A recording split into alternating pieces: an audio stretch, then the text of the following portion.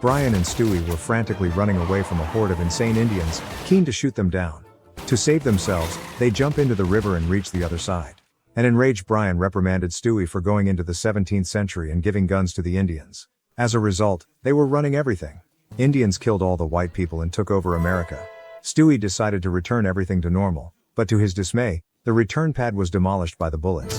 Stewie now had to find the time machine that he had built in that era. Lifestyle on Spooner Street had also altered greatly since wooden houses were replaced by large tents of all shapes and sizes. Even the Griffins had turned every bit Indian with long braided hair and antique jewelry. Meanwhile, Brian was replaced by a corny yak. Brian and Stewie sneaked into his room decorated with all Indian artifacts. Soon Brian found an Indian-style time machine along with a matching wooden return pad. Soon they returned to Jamestown and saw Stewie handing out guns to the Indians. As soon as Stewie and Brian returned to their time, the current duo approached the Indians and convinced them the guns were defective. They took away the guns from the Indians and fled on the return pad before getting struck by an arrow or axe.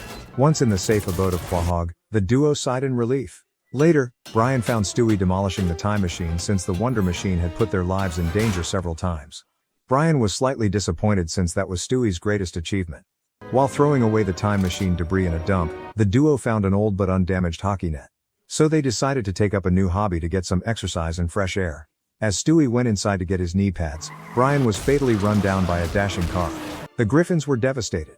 Brian was rushed to the best veterinarian hospital in Quahog, but the doctor broke the bad news that Brian's injuries were too severe to save him. The grief-stricken Griffin family walked inside the room to say their final goodbyes to Brian. Brian fumbled with his words in great pain but managed to thank the Griffins for giving him a good life and that he loved them a lot.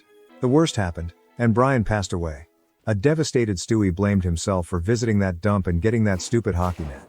Stewie decided to rebuild the time machine to save Brian. Stewie tried to get some titanium capacitors for the time machine, but unfortunately the supplier was banished from the community for blasphemy. Brian was buried, and a heartbreaking funeral was also arranged.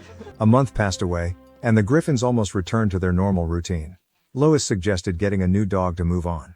At the pet store, Peter found a pussy hound named Vinny that could at least talk like Brian, but not necessarily intelligent talk. Vinny quickly gelled in with the family. Peter even showed him around to his pals Joe and Quagmire. Vinny didn't like it at all when Stewie talked ill behind Peter. So he gave the ill-bred baby his peace of mind. At first, Stewie tried to give Vinny a grinding time, but then one day Stewie broke down and poured his heart out about how he missed Brian. Vinny also had been in a similar situation when his beloved owner Leo passed away suddenly, and then he found the Griffins to make up for his loss. Soon Stewie and Vinny came closer, and one night Vinny decided to sleep in Stewie's room just like Brian used to do.